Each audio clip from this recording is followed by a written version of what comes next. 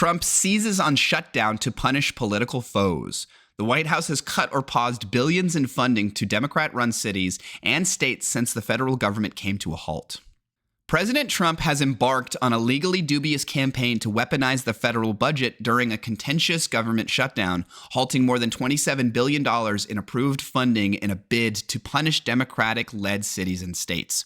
Rather than broker a legislative truce or seek to ameliorate the fallout of a costly fiscal stalemate, the president has leveraged the crisis to exact revenge on rivals, slash federal spending, and pressure Democrats into accepting his political demands. Since the shutdown started on Wednesday, the Trump administration has canceled or delayed federal aid to 16 states, most of them run by Democrats. In the latest example, Russell T. Vought, the White House budget director, said on Friday that the administration would halt about $2.1 billion in approved funding for long-planned transit improvements in Chicago. Okay, I imagine some of those long-planned transit improvements in Chicago were along safety and law enforcement and all these things, right? Which completely undermines, so them wanting to cut that and forcibly and illegally impounding that funding undermines their whole, like, we're sending the National Guard into Chicago and it's a war zone type thing, right? At the exact same time, you're cutting the funding that Chicago was implementing or was going to have implemented to help solve some of these safety problems. It's just, there's just flashing red lights everywhere that none of this is in good faith. And that anybody who can't see these flashing red lights must be colorblind because the light isn't red to them. It's just a light, just gray. And also just imagine for half a second that like a Dem president did this to Republican states, right? They would lose their minds. It would be World War II. They'd probably be calling for a national divorce and a splitting of the country or whatever because they're not they're already two separate countries and blah blah blah, right? They would lose their minds.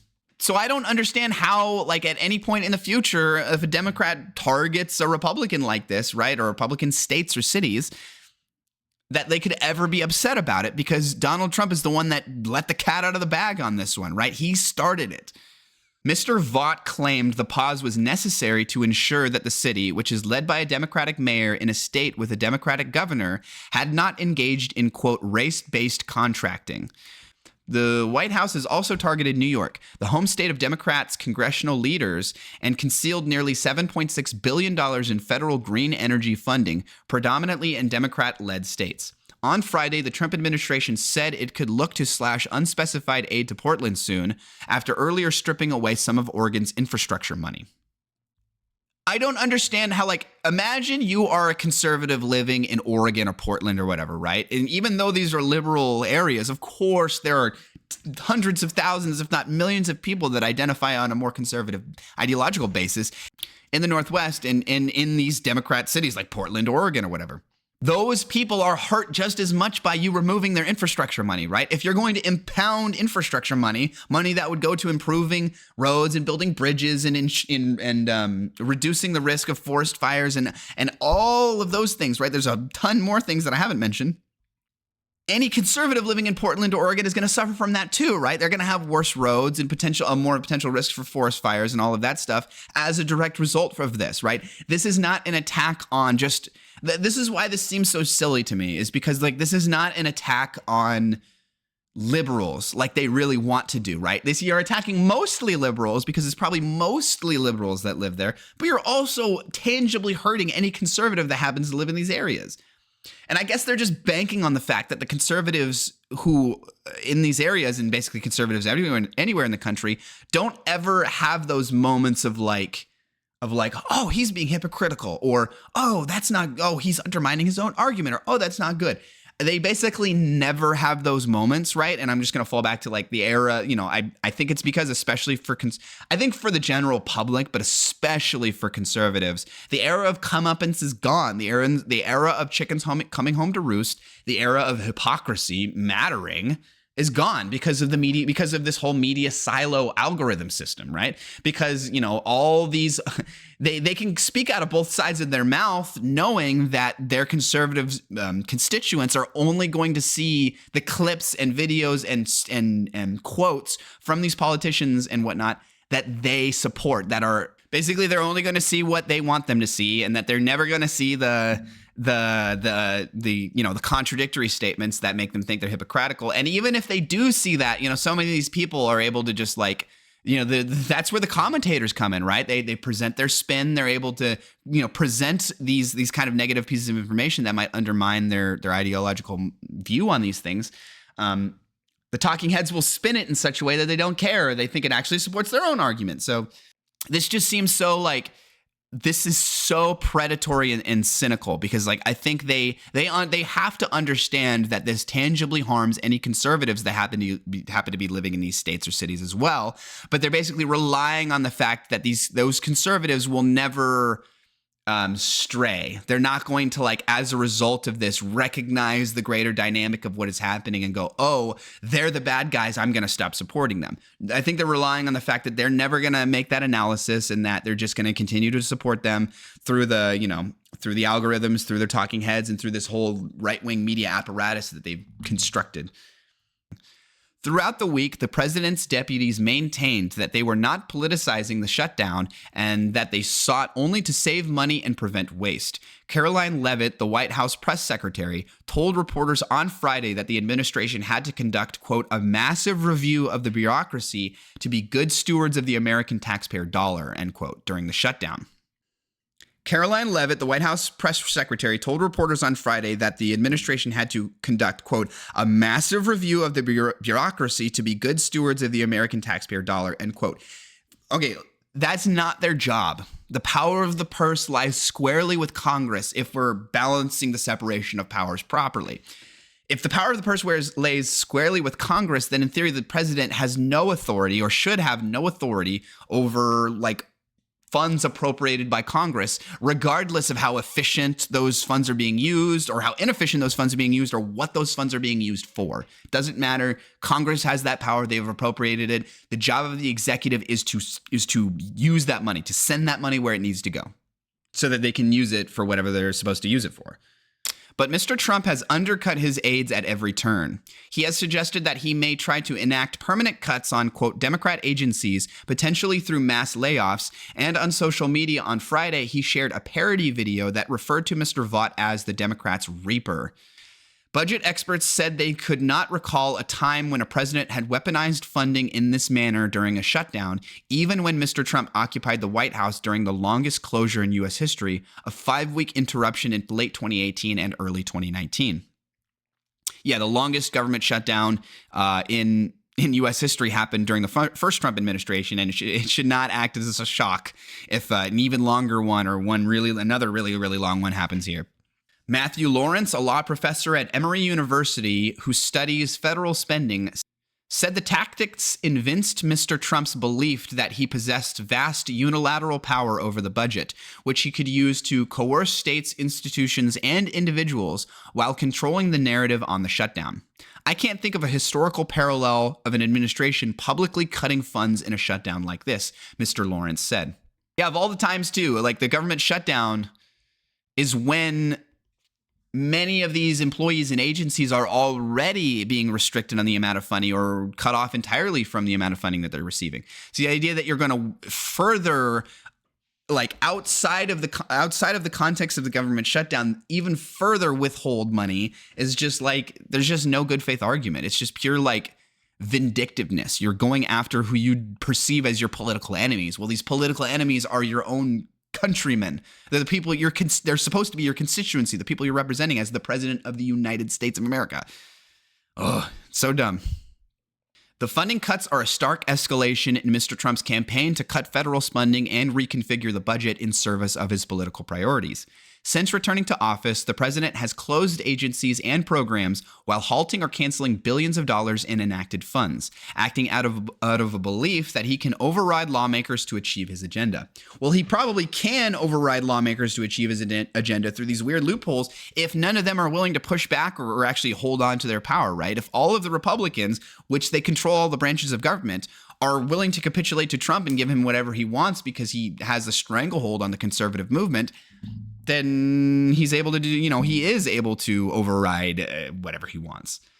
Mr. Trump has attacked funding for science and research, public education, public broadcasting, green energy, transportation and infrastructure, disaster response, federal oversight, and foreign aid. He has often blocked this money because he believes it was being spent wastefully or fraudulently, or because it did not conform to his views on policies like immigration. Like I said before, none of that matters at all. Congress has the explicit powers of the purse, and that it doesn't matter if he thinks the money is being used efficiently or what it's being used for. Congress appropriated that money. Congress is your vote as an American citizen. That's who you vote into office. The Congress has the closest connection to the will of the American people. So yeah, he shouldn't have the authority to do that based on the United States system of checks and balances and separation of powers.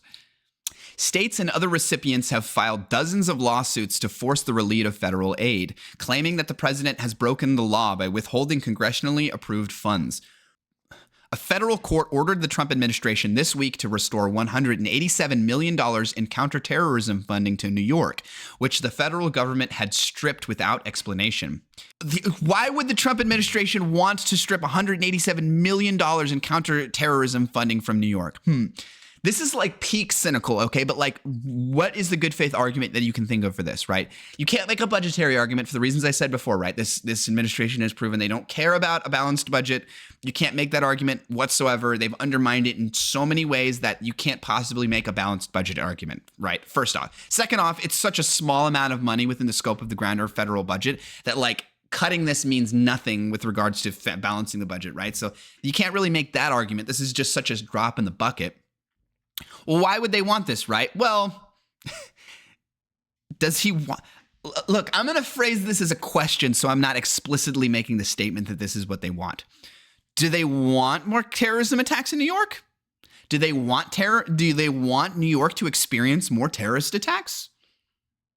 Do they want that?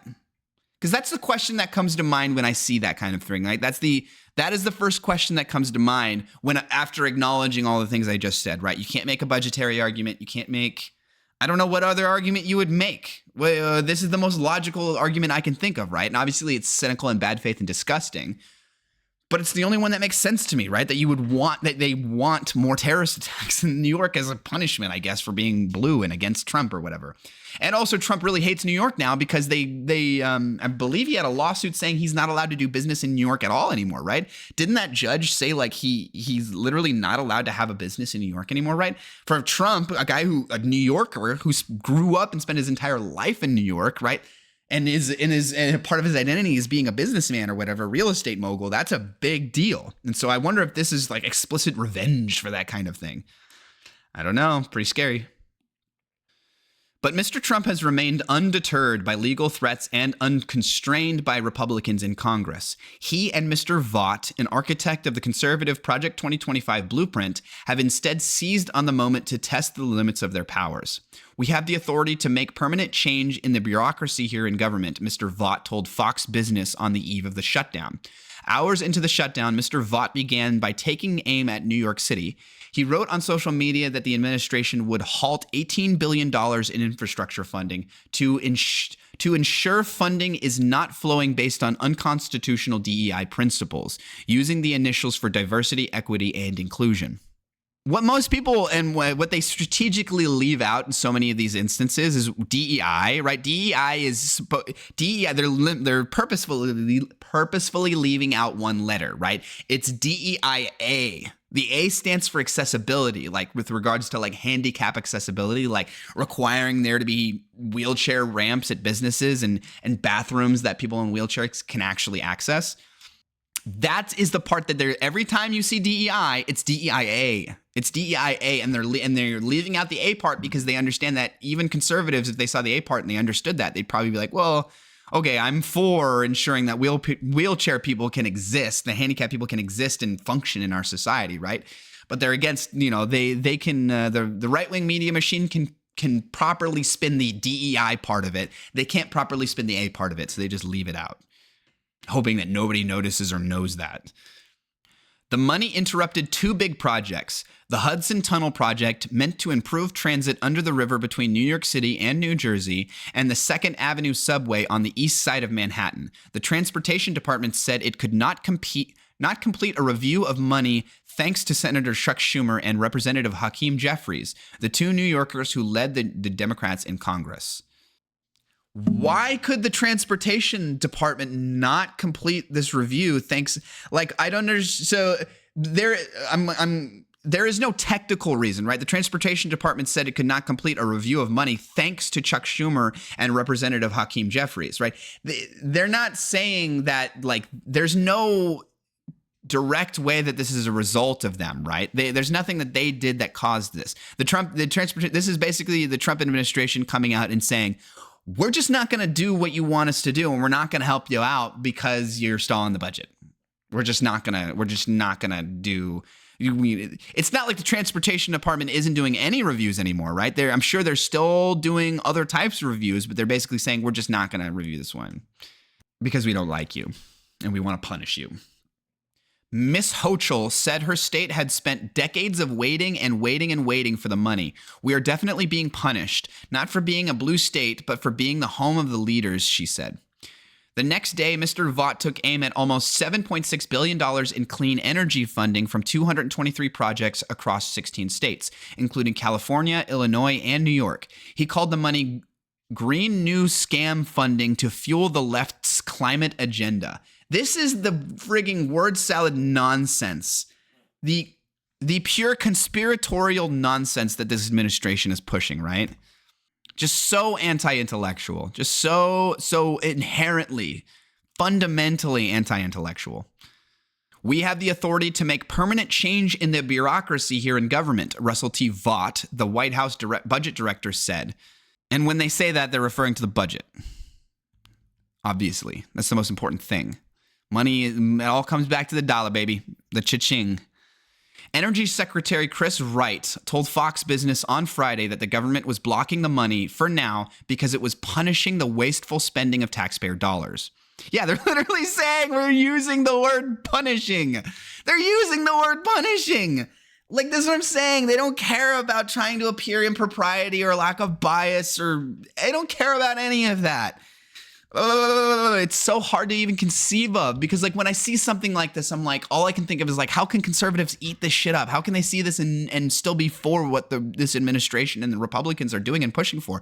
But then I have to realize they're not seeing this. They're not seeing this on purpose because of the way the algorithms and our whole siloed media, apparatus is set up and everything.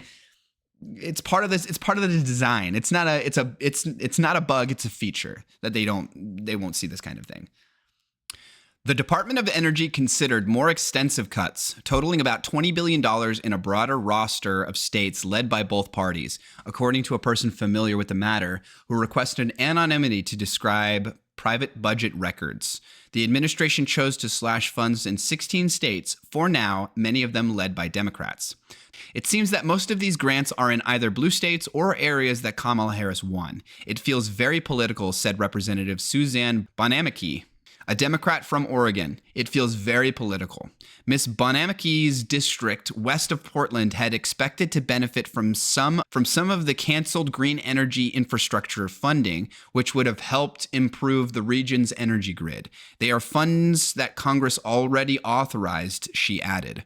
In the opening days of the shutdown, Republicans rallied behind the White House, arguing that Democrats were to blame because they did not accept the president's demands and support a short-term measure to fund the government into November. Democrats had opposed the approach because it would not have extended expiring subsidies that help millions afford health insurance. What they have to do is make very difficult decisions, Speaker Mike Johnson of Louisiana said of the White House this week. He said Mr. Vaught takes no pleasure in this. Bro, what bullshit? He takes no pleasure in this. Look at how he's talking about this. Look at how the administration's talking about all of this. He literally wrote this. He was the author of this in Project 2025, or one of the authors of all of this in Project 2025, right? The idea that he takes no pleasure in this, that this is like a bad medicine you need to swallow, right? Like, oh, it tastes bad, but it's good for you. So you take no pleasure in it, but you have to take the medicine. No. That's so hilarious. takes no pleasure in this. Bro, this is what he's been building up to his entire political career, is getting to a point where getting into a position in an administration where he can do this kind of thing, right? Takes no pleasure in this. Bro, he has wet dreams thinking about this. I guarantee it. Saren Lindgren Savage, a lawyer at Protect Democracy, an open government group, said Americans should be skeptical of stated reasons for Mr. Trump's spending decisions given the multiple other instances in which he has interfered with congressionally enacted funding. Ms. Lyndon Savage's organization sued Mr. Vaught in April after the White House Budget Office disabled a database required by law to track the flow of enacted funds. In July, a judge forced the White House to release those budget logs, which showed that the Trump administration appeared to limit the release of funds to some agencies until they agreed to spend in line with the president's priorities. All of this is a pure undermining of Congress's power of the purse, right? Congress, like I stated a couple times already, Congress has the power of the purse in the way that our United States government system of checks and balances and separation of powers works. Congress has the power of the purse. And so the president, the head of the executive, doesn't have the ability, or he can't just unilaterally decide, like, you know what, I like this, I don't like this, like basically disregard and pick and choose what Congress has decided upon with regards to the budget and spending and government programs and things like that. This is a complete undermining of our entire system of checks and balances. Before the database was restored, the Government Accountability Office had raised alarms about its ability to conduct oversight of the administration. That office has determined that Mr. Trump and his aides repeatedly violated a 1970s law that prohibits presidents from withholding money enacted by Congress. Yeah, we have an explicit law against this, but you put aside the way that the separation of powers should work in theory, right? Balancing them against each other. We also have a law against this. The tactic known as impoundment has held up money meant to upgrade school buses, fund libraries, and respond to national disasters, the office's investigations have found. Mr. Trump's top aides have rejected those findings, sought to discredit the congressional office, and challenged the anti-impoundment law as unconstitutional. The Government Accountability Office has retained legal counsel in preparation for a potentially landmark lawsuit against the White House, according to documents previously viewed by the New York Times. So yeah, all of this is a complete, huge undermining of our separation of powers, of the system of checks and balances that we, in theory, do and should have in the United States, in the way our government functions and is designed. And also, I just can't help but think, like, just imagine for half a second that, like, that a Democrat comes into office and then he starts cynically cutting funds from red states or whatever because he doesn't like them, or like they voted against him, this is an undermining of the system of checks and balances of a properly functioning government. This is an undermining of the will of the people, of the constituency, of taxpayers, Democrat or Republican, liberal or conservative, because regardless if you're conservative or liberal or not, if you're living in one of these states or cities that has their funding cut, that is funding you voted for, right? You voted for a congressperson who voted for that sort of thing to appropriate money and that kind of thing, right? So you are tangibly being hurt by this. And that we have the idea of this Russ Vaught guy, the guy who's like, his whole ethos is undermining the government and making sure it doesn't function properly and reducing the size of it at all costs. This whole small government versus big government brain rot. The idea that this guy is the head of what is he the head of? The idea that this guy is the budget director, the guy who's in theory supposed to be in charge of, like, broadly in charge of how the government handles the shutdown. Just, we're past satire, bro. This isn't even satire, though. Like, this is like, what would satire be for, like, somebody who's, like, deep into politics, and, like, this is like dark satire. This is dark political satire right here.